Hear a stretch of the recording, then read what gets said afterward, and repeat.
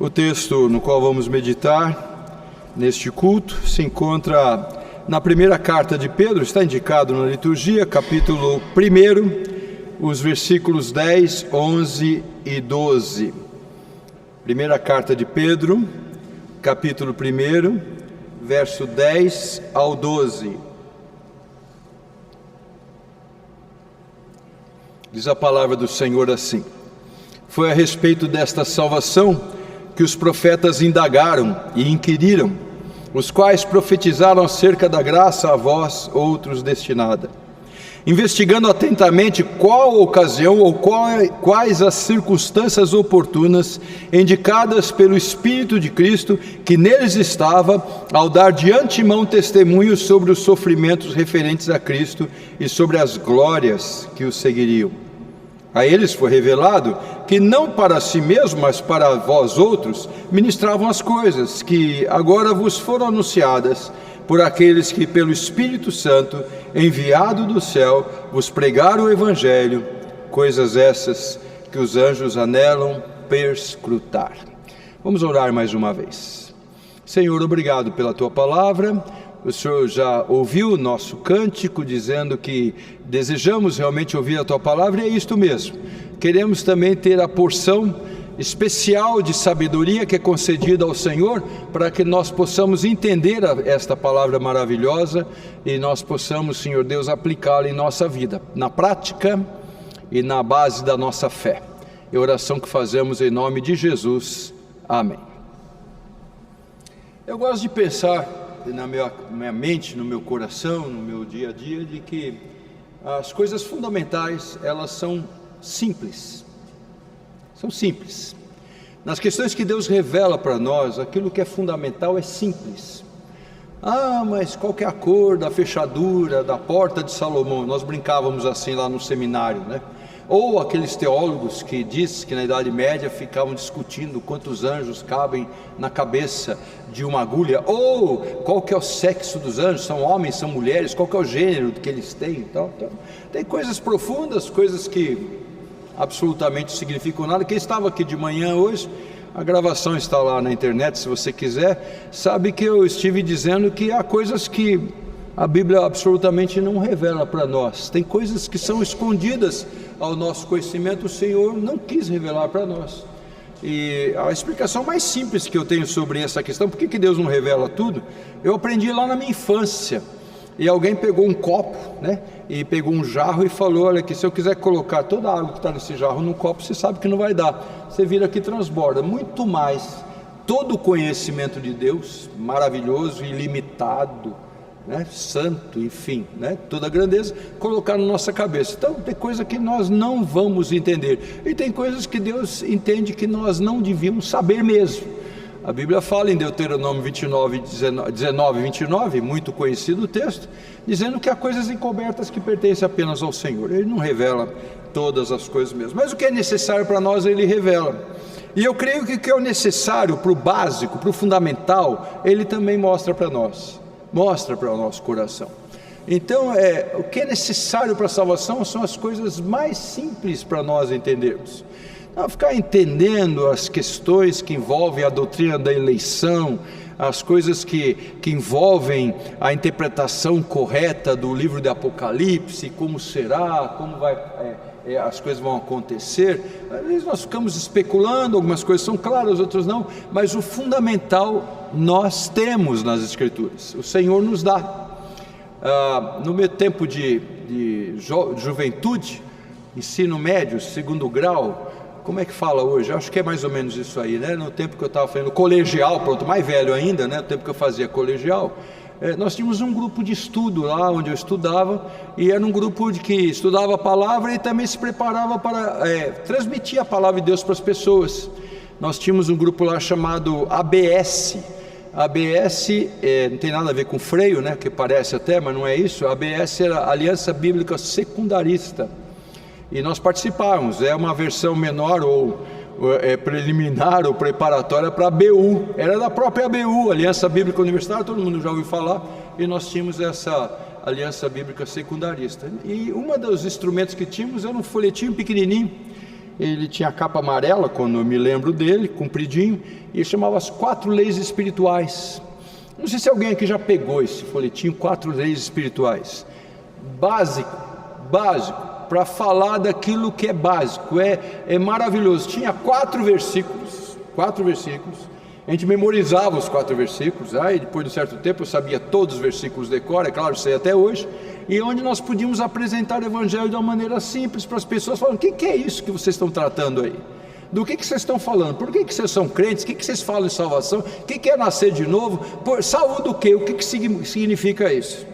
Lembrei bem deste livretinho e desses tempos saudosos, né, da minha juventude, como eu já falei, né, onde usávamos aquele livro, porque é disto que esse texto está falando. Você prestou atenção no texto aqui de Pedro? Pedro está falando das coisas fundamentais.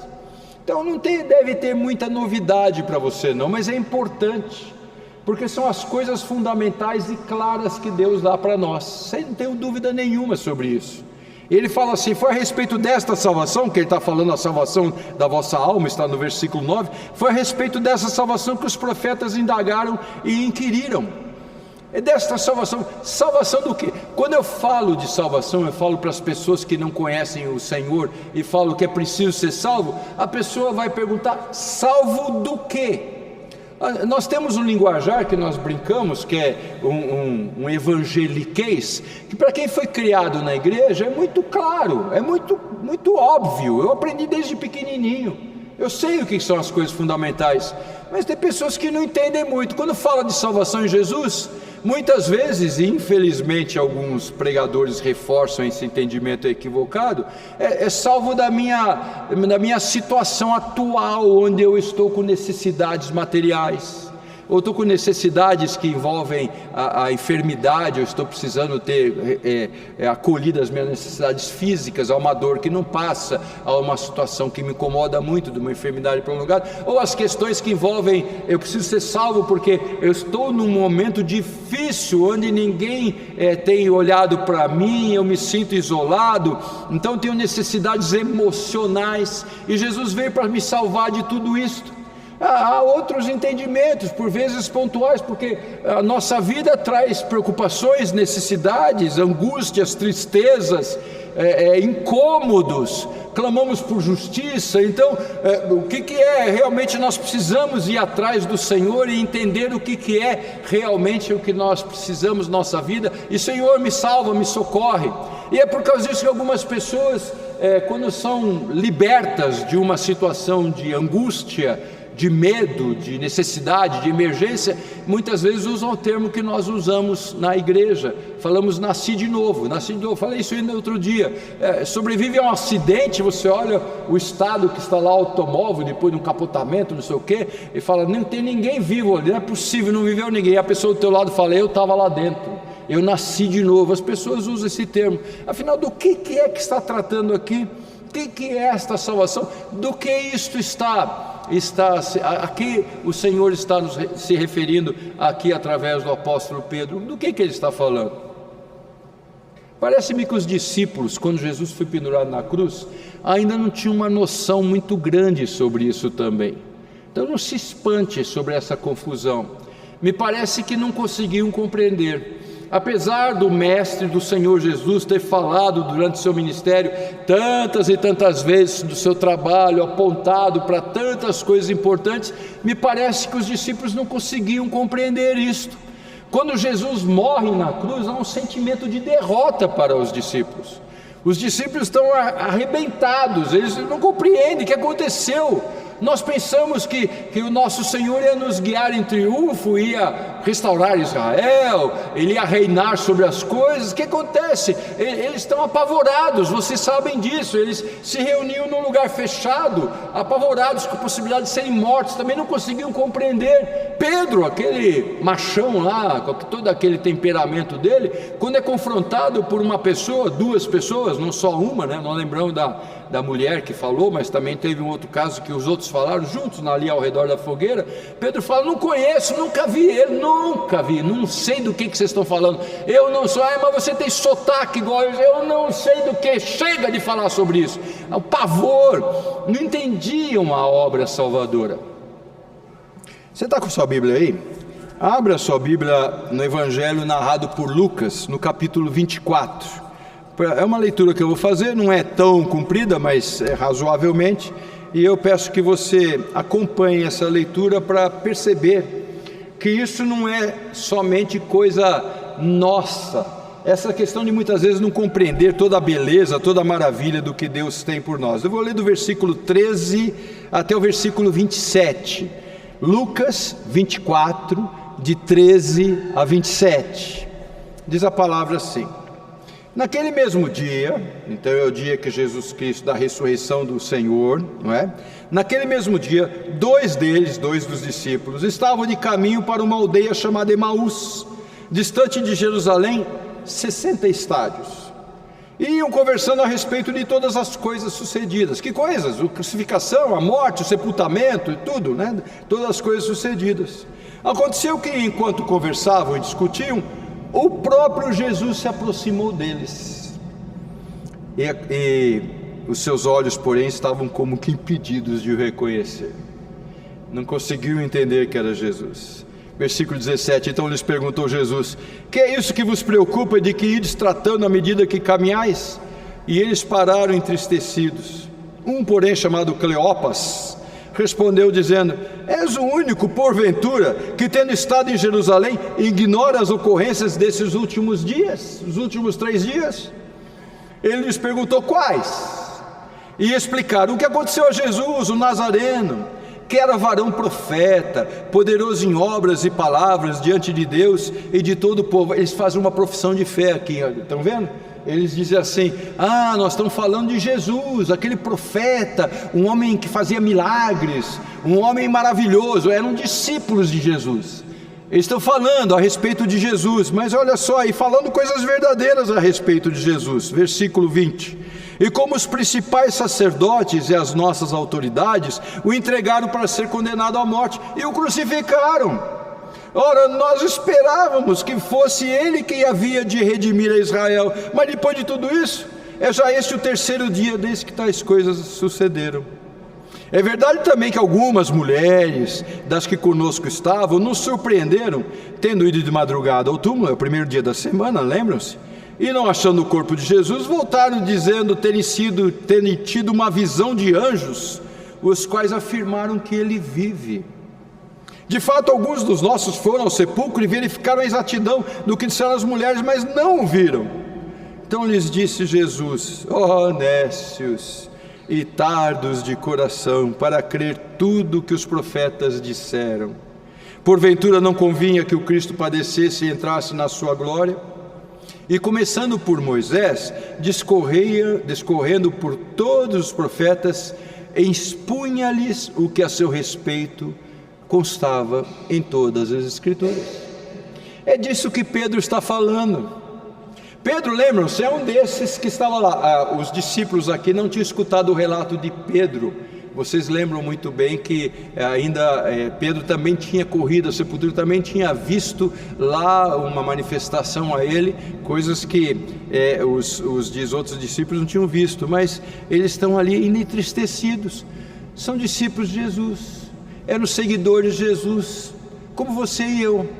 Eram seguidores de Jesus, admiravam Jesus, amavam Jesus. Era um homem admirável, um varão aprovado, eles dizem, segundo o poder de Deus, um homem que fazia milagres, um profeta, ensinava coisas maravilhosas, como muitos que se chamam cristãos acreditam, mas eles ainda não estavam entendendo qual que era a razão daquilo. Sofrimento. Não sei se algum desses discípulos, não era dos 12, não é? Aliás, agora 11, porque Judas já tinha se matado, mas não era daqueles mais chegados a Jesus. Talvez algum deles tivesse visto ao longe o Senhor Jesus pendurado na cruz. Talvez algum deles até tivesse visto quando tiraram Jesus da cruz. Talvez alguns deles tivessem visto o sepultamento de Jesus, não sabemos, eu não sei, a Bíblia não diz nada disto. Mas certamente eles viram as coisas extraordinárias que aconteceram quando o Senhor Jesus ressuscitou, porque a Bíblia diz que houve terremoto, houve uma transformação no tempo tamanha na sua ressurreição, como houve lá na sua morte. que o centurião, na morte de Jesus, fala assim: esse aí verdadeiramente era filho de Deus. Então, algumas coisas eles deveriam ter visto. Na ressurreição de Jesus, nós sabemos que outras pessoas ressuscitaram também, então eles deviam saber, mas não tinha entendido. Tem gente que não entende o básico, tem gente que não entende o que é fundamental. Eu já conversei com pessoas cristãs sinceras, seguidores de Jesus, não tem dúvida, não seguem outros deuses, outras filosofias, nada, são seguidores apenas do cristianismo, mas pessoas que ainda têm medo de encontrar com Deus, medo do momento que morrerem, como é que vai ser essa história, como é que funciona isso, e se o Senhor olhar para mim e falar: não te conheço, e aí, e se eu sou joio, e se eu não fui predestinado, aquelas coisas que vêm na dúvida, que não entendem a obra de Jesus, mas é fundamental, é básico, é claro nas Escrituras. Se eu não vou fazer essa leitura agora no sermão, mas se é que você não lembra, depois em casa você lê o capítulo 53 inteiro de Isaías. Não é a única passagem profética que fala sobre o sofrimento do Senhor, absolutamente, não é mesmo, mas é a passagem profética por excelência que fala do sofrimento do servo de Deus. E lá no texto, como o título está escrito assim: o sofrimento do servo do Senhor. Lá descreve que era tamanho o seu sofrimento que ele ficou desfigurado. No texto de Isaías, chega a dizer que não havia nele formosura alguma, ninguém tinha amor ou simpatia por ele naquele momento de sua morte, onde ele estava levando os nossos pecados. Não conseguiam compreender isso, e Jesus fala, aqui mesmo no caminho de Emaús, Jesus fala: mas vocês são nécios, sem entendimento, loucos. Uma palavra, outra, me permitam usar, é uma palavra feia para nós, mas enfim, idiotas no sentido da palavra, não de xingamento. Pessoa que não tem capacidade mental, nécios, tardos de coração. Ele fala: não é possível, em outras palavras, se fosse o Fernando Hamilton, possivelmente estava dizendo assim: não é possível que vocês não entenderam ainda. No linguajar nosso, brasileiro, era mais ou menos assim: quer que eu desenhe? Então era alguma coisa parecida, que vocês não estão entendendo, até agora vocês não entenderam. Até quando as pessoas falam da ressurreição, porque que é isso? O que aconteceu? Foi morto, por que isto? É disto que Pedro está tratando no texto. Ele fala a respeito da salvação que os profetas indagaram e inquiriram, os quais profetizaram acerca da graça a vós outras destinada. Mas por que precisava morrer? Por que precisava descer desse jeito? Por que esse sofrimento ao Senhor? Novamente eu convido você que está com sua Bíblia a abrir a palavra na carta aos Romanos, no capítulo 3. Alguns sabem de cor, pelo menos alguns trechos aqui, mas na carta aos Romanos, no capítulo 3, eu vou ler dos versículos 9 ao versículo 20, ao versículo 18. Romanos 3, de 9 a 18, que se conclui, diz o apóstolo: temos nós qualquer vantagem? Não, nós judeus, Não, de forma nenhuma, pois já temos demonstrado que todos, tanto judeus como gregos, estão debaixo do pecado. Como está escrito: não há justo nenhum sequer. Não há quem entenda, não há quem busque a Deus. Todos se extraviaram, a uma se fizeram inúteis. Não há quem faça o bem, não há um sequer. A garganta deles é sepulcro aberto. Com a língua urdem engano, veneno de víbora está nos seus lábios. A boca eles a têm cheia de maldição e de amargura. São os seus pés velozes para derramar sangue. Nos seus caminhos há destruição e miséria. Desconheceram o caminho da paz. Não há temor de Deus diante dos seus olhos. Por que era necessário o sofrimento? Porque todos somos pecadores. É básico isto. E continua aqui no versículo 19 e 20: ora sabemos que tudo que a lei diz, aos que vivem na lei o diz, para que se cale toda a boca e todo mundo seja culpável diante de Deus, visto que ninguém será justificado diante dele por obras da lei, em razão de que pela lei vem o pleno conhecimento do pecado. O Senhor Deus estabeleceu, declarou a lei, coisas que estão gravadas no íntimo do coração. De manhã nós estamos pregando em Gênesis, e eu volto e meia ler meus irmãos aqui na série de pregações da manhã. E é interessante a gente pensar que até a narrativa do Êxodo todo o livro do Gênesis e o começo do livro do Êxodo, vamos andar mais vamos até o capítulo 20 do Êxodo, nós temos Moisés citando uma série de coisas, escrevendo, ele que escreveu, para nosso conhecimento, inspirado devidamente pelo Senhor. E então as narrativas que estão ali em Gênesis, por exemplo, são narrativas que falam de homens e de atitude dos homens, que mostram erros e pecados antes de Deus ter dado a lei, os 10 mandamentos. No capítulo 20 do Êxodo, você sabe, estão os 10 mandamentos, mas antes disso já é condenado adultério, já é condenado o roubo, já é condenado idolatria. Antes de dizer não terás outros deuses diante de mim, antes de estar escrito lá não furtarás, antes de estar dizendo diversos preceitos na lei de Deus, os homens já agiam assim, porque a lei está gravada no coração. Deus fez o ser humano e colocou uma coisa que nós chamamos eu chamo de grilo falante, tá? Para você guardar, lembra do bichinho lá da história do Pinóquio? Deus coloca em nosso coração a consciência, em nossa mente, e a consciência acusa quando estamos fazendo coisa errada. Nós sabemos que estamos fazendo coisa errada. Claro que há meandros da lei que nós não conhecemos, só à medida que vamos conhecendo a lei nós percebemos, mas há coisas que estão claras para nós. Roubar, você sabe que é errado, não precisa saber os 10 mandamentos para isso. Adulterar, você sabe que está errado, não precisa ter os 10 mandamentos para isso. Matar, você sabe que está errado, não precisa ter os 10 mandamentos para falar sobre isso.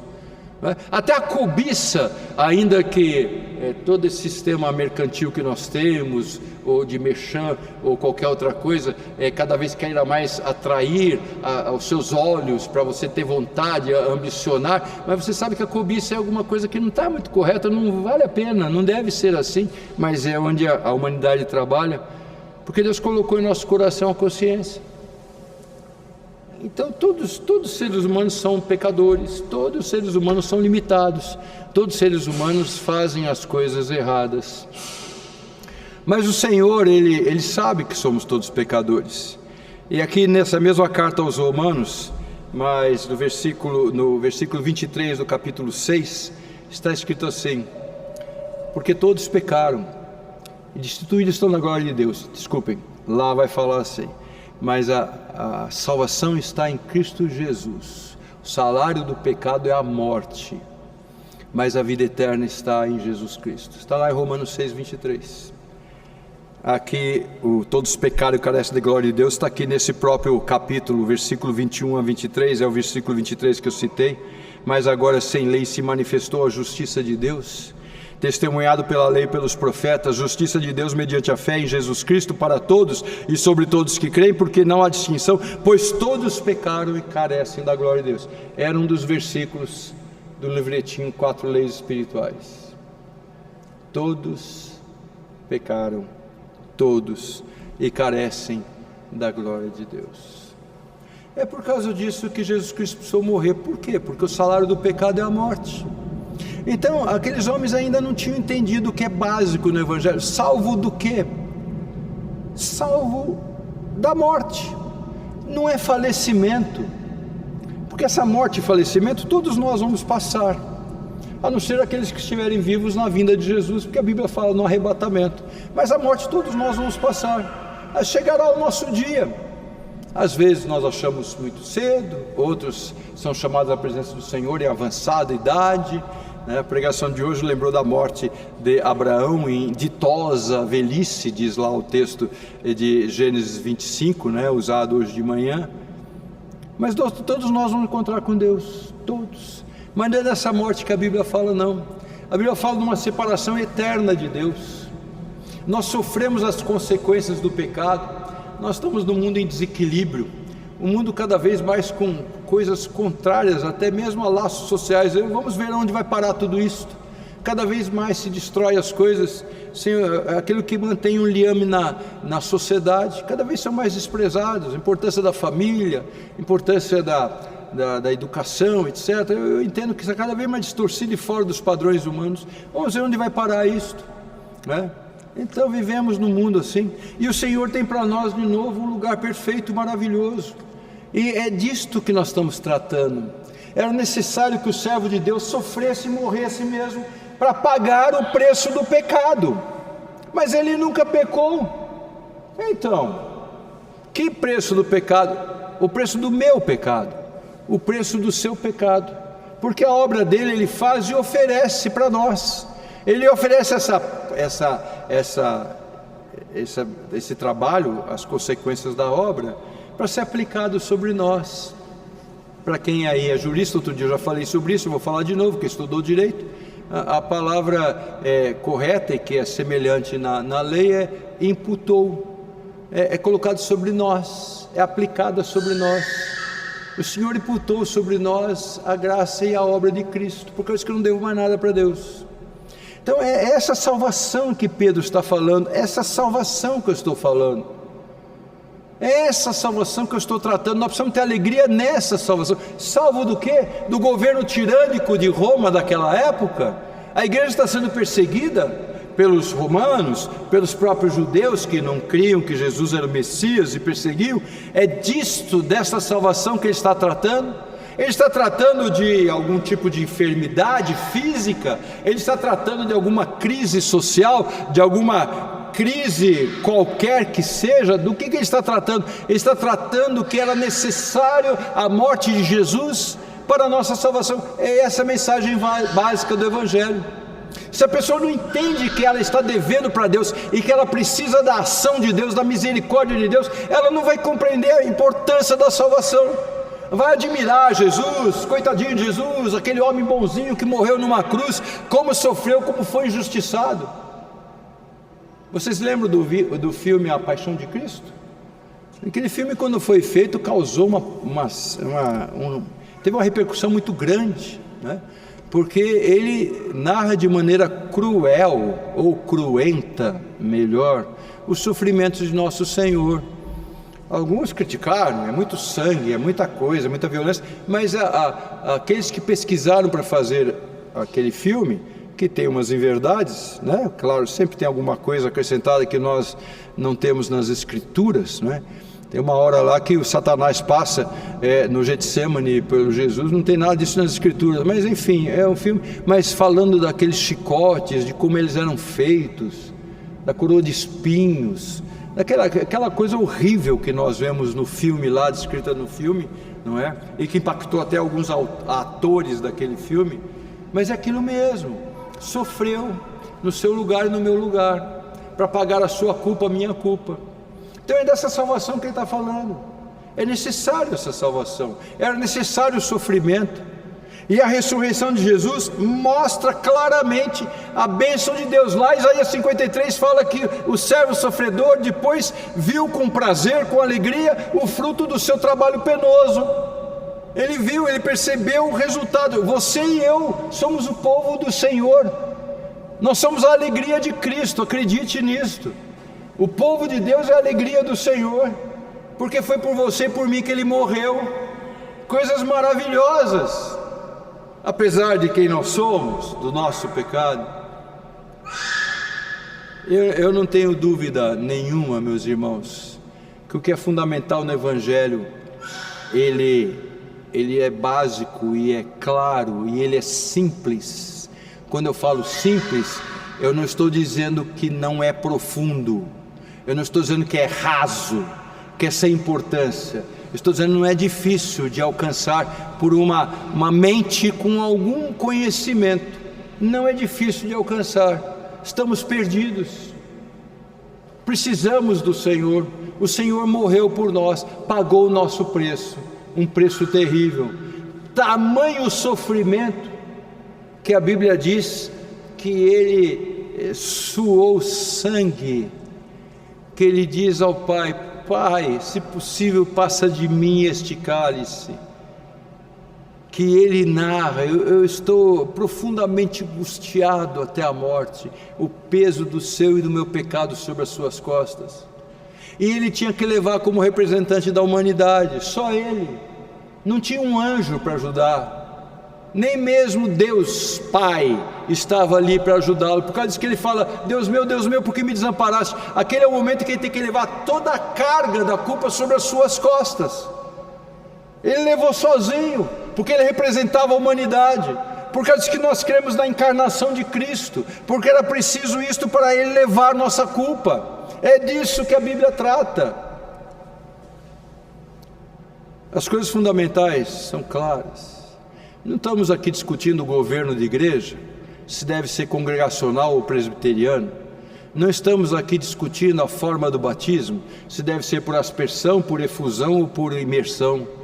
Não estamos tratando desses assuntos. É claro que os assuntos têm importância, claro que esses assuntos devem ser tratados, claro que precisamos ter ordem na igreja. Não estamos discutindo aqui ofícios na igreja, se é só o diaconato e o presbiterato, ou outras áreas, se temos etapas nos ministros, se temos bispos, se nós temos arcebispos, se nós temos apóstolos. Não estamos discutindo coisas dessas, nós estamos falando do fundamental. E você, meu irmão e minha irmã, se crê comigo no que é fundamental. O que é fundamental? Sou pecador. O salário do pecado é a morte. Estou condenado, não tem jeito. Por mais esforço que eu faça, não tem jeito. O Senhor Jesus morreu na cruz para pagar o meu pecado. Eu aceito essa oferta. Ele pagou, restaurou meu contato com Deus. Como eu estou com um contato restaurado com Deus, eu tenho o dever de viver como servo do Deus. Então eu tenho que ser obediente a Ele. Eu não sou obediente para ser salvo, mas eu fui salvo e agora eu chamo Deus de Pai. Eu tenho dever, obrigação de ser obediente, de cumprir as ordens de Deus. Afinal, Ele é Deus. Não tem mais espaço para minha vontade, para a vontade das pessoas ao meu redor. É a vontade de Deus, são as coisas básicas. É isso que você precisa ter no seu coração. E quando você aceita esse oferecimento do Senhor e as consequências dessa oferta, dessa salvação, da sua comunhão restaurada com Deus, de viver com Deus, de buscar cada vez mais viver de acordo com a vontade do Senhor, é o que vai falar Pedro, se Deus quiser, no sermão de domingo que vem vamos falar sobre isso. Então você precisa entender que aqui está o fundamento da minha fé. Mas eu não sei isso, não sei aquilo, né? Às vezes eu vejo as pessoas falarem alguma coisa parecida. Eu conheço tão pouco da palavra. Todos nós conhecemos pouco da palavra. Alguns conhecem mais, outros menos. Então, tendo o privilégio de fazer a caminhada bíblica, da leitura da Bíblia inteira durante o ano, e a maior parte das vezes, quando eu posso, quase todo dia tem sido com a minha esposa, e nós sentamos e nós dois tivemos o privilégio de conhecer a palavra de Deus desde criança. Nossos pais eram crentes, nós fomos levados à igreja, nós aprendemos nas escolas dominicais, ela da igreja dela, eu na minha igreja. A minha esposa, uma parte da sua vida infantil, ela passou na igreja metodista. Eu sempre fui dentro da igreja presbiteriana, mas aprendimos as mesmas coisas dentro da palavra de Deus.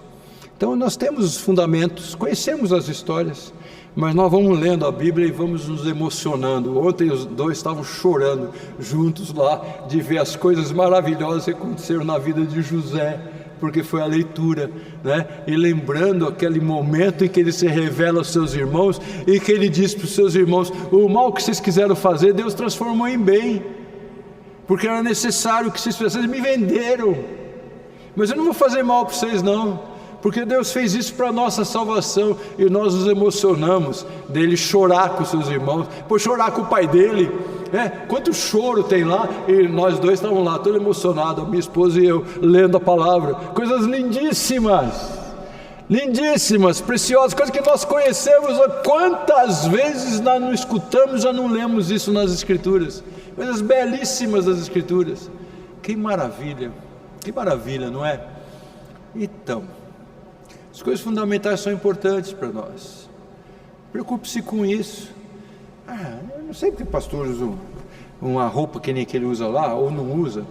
Eu não sei por que tem esse tipo de hino, podia ter aquele tipo de hino. Eu não sei por que a organista toca ali daquele jeito para começar o culto, ou por que nessa igreja toca um sino. Eu não sei, cada um, né? Temos as nossas ideias. Mas, gente, nós temos que crer no Senhor Jesus, saber que Ele morreu por nós. Consequências?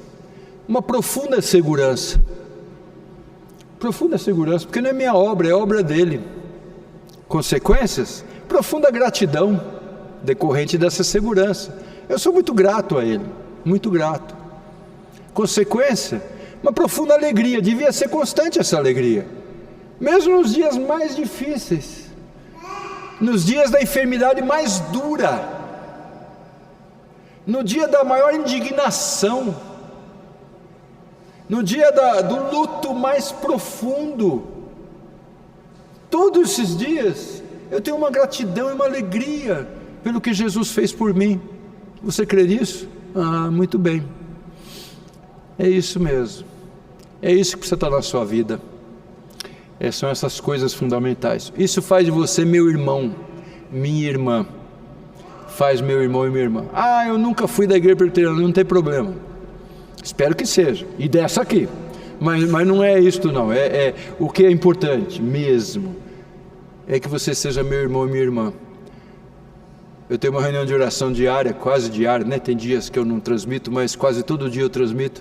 E quando eu termino aquele momento de oração, que é muito curtinho, 20 minutos, às vezes chega a meia hora, 20 minutos, 15 minutos, 20 minutos, eu termino de um jeito que eu termino expressando a minha verdade, até nos encontrarmos outra vez. Porque se a gente não encontrar aqui, na telinha, nós vamos encontrar na presença de Jesus. Você ama Jesus? Eu termino o culto, algumas vezes eu lembro de falar isso, até nos encontrarmos outra vez. Domingo que vem à noite, talvez não sei se eu vou estar vivo, você não sabe se você vai estar vivo, mas você crê em Jesus? Nós vamos nos encontrar outra vez. Como é que vai ser aquele dia? Não sei. Eu até tenho uma curiosidade enorme, não preocupa não, mas eu tenho uma curiosidade. Vai ser um dia, uma festa, vai ser uma festa. Eu espero reconhecer um monte de gente. Vou matar saudade de algumas pessoas específicas, mas eu espero reconhecer. Alguns acham que não, mas eu espero reconhecer. Mas que vai ser uma festa, vai ser todo o povo de Deus reunido na presença do Cordeiro e adentrando o céu, para nunca mais ter calor, frio, sofrimento, canseira, vírus, nada, porque é isso que Deus tem para você e para mim. Creia em Jesus. Creia na obra de Jesus, agradeça a Ele, reconheça que Ele é a tua esperança, e aí então viva com essa mesma segurança. Vamos conversar com o Senhor, incline sua cabeça. Obrigado, Pai, pela tua palavra, pelas coisas fundamentais, necessárias para a nossa salvação, para a nossa comunhão com o Senhor, para nós podermos chamar o Senhor de Pai adequadamente, porque cremos em Jesus. Obrigado, ó Pai, porque essa tua palavra nos traz ensinos fundamentais para a nossa alegria, essa esperança maravilhosa, âncora da alma. Ó Senhor, obrigado por isto, Pai, e ajuda-nos a viver de acordo com o Evangelho, não apenas obedecendo, fazendo a tua vontade, o que é alguma coisa que devemos fazer como filhos do Senhor, mas viver de acordo com o teu Evangelho, nessa segurança bendita, nessa alegria, neste conforto, neste descansar, neste confiar, até aquele grande e glorioso dia quando encontraremos com o Senhor. Não permita que alguém neste lugar, ouvindo a gravação deste culto, não permita que alguém saia de diante desta palavra, ó Pai, não permita que saia sem tomar a decisão por Jesus. E se já tomou, louvado seja o teu santo nome, porque somente o Senhor que nos capacita para entender. Te agradecemos, cuida de nós. Daqui a instantes vamos sair deste lugar, mas nós sabemos que não vamos sair da presença do Senhor. Ajuda-nos a lembrar disso, refresca a nossa memória. É a oração que fazemos em nome de Jesus, teu Filho amado, Senhor e Salvador de nossa vida. Amém.